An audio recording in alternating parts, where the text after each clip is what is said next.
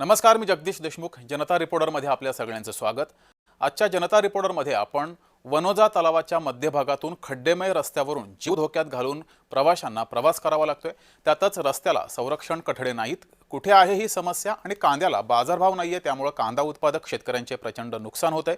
या दोन्ही बातम्या आपल्याला सविस्तर समजून घ्यायच्या आहेत. चला तर मग सुरुवात करूया जनता रिपोर्टरला.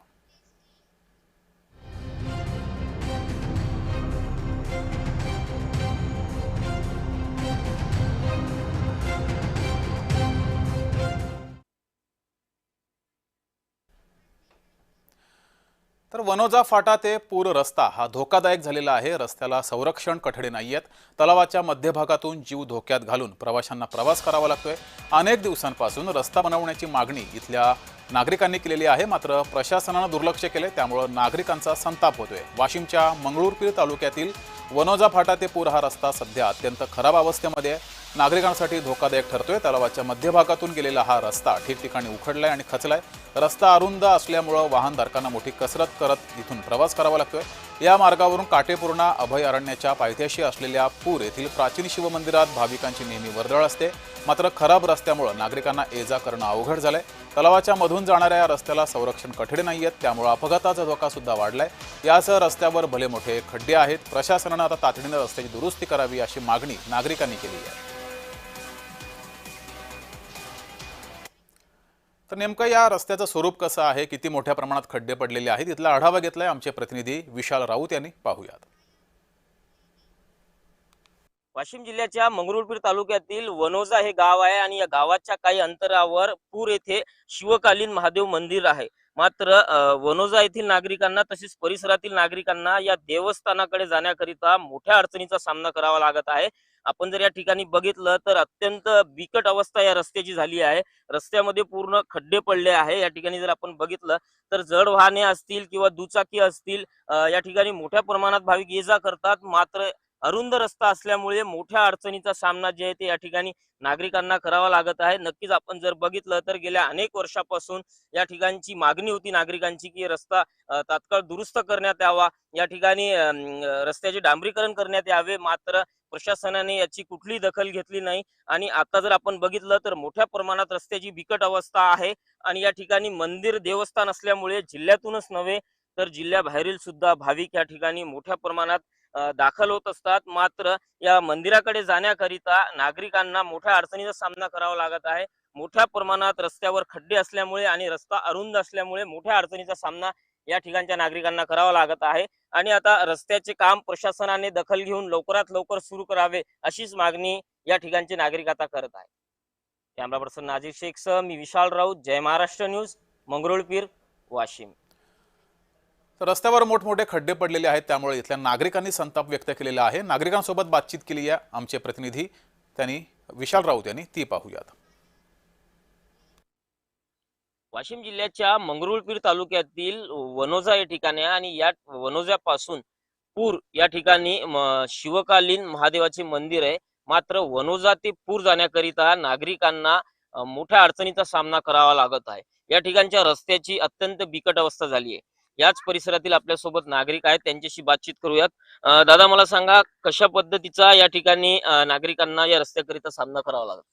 हा रस्ता हे इथलं डॅम झालं तेव्हापासून अतिशय खराब असा रस्ता झालेला आहे आणि इथलं जे पुरावरचं मंदिर आहे ते अतिशय शिवकालीन असं मंदिर आहे आणि इथं हजारो भाविक पूर्ण जिल्ह्यातून दरवर्षी येत असतात. श्रावण महिना असो, महाशिवरात्री आहे, बारस आहे, अतिशय येतात आणि ह्या रस्ता एवढा आहे की 2 टू व्हीलर सुद्धा इथं क्रॉस होत नाहीत. त्यामुळे एखादी जर मोठी गाडी आली किंवा ट्रॅक्टर आला, इथं बरेचसे इथं भंडारे लोकांचे असतात, त्यामुळे ट्रॅक्टरला तिकडे बाहेर ठेवावं लागतं, तिथनं माल सर्व आपलं सामान उचलून आणावं लागतं आणि अतिशय छोटा रस्ता आणि तोही पूर्ण खराब झालेला आहे.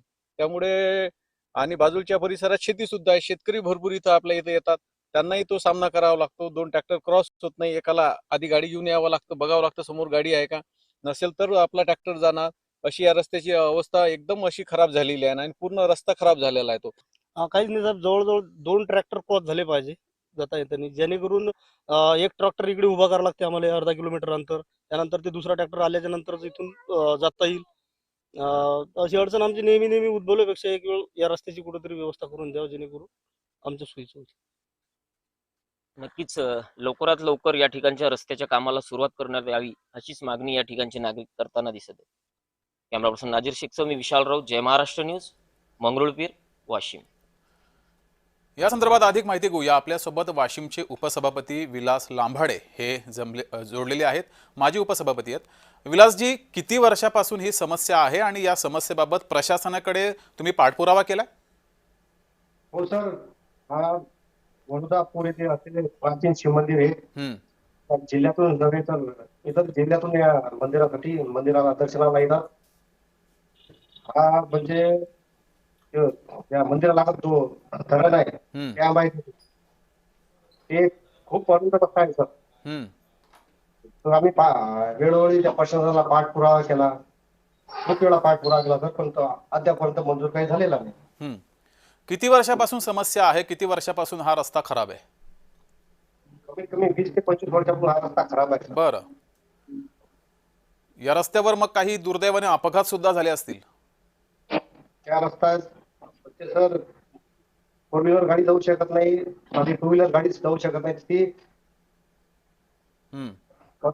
किती म्हणजे जे आपलं त्याकडे ताबडतोब दखल घेतली पाहिजे सर.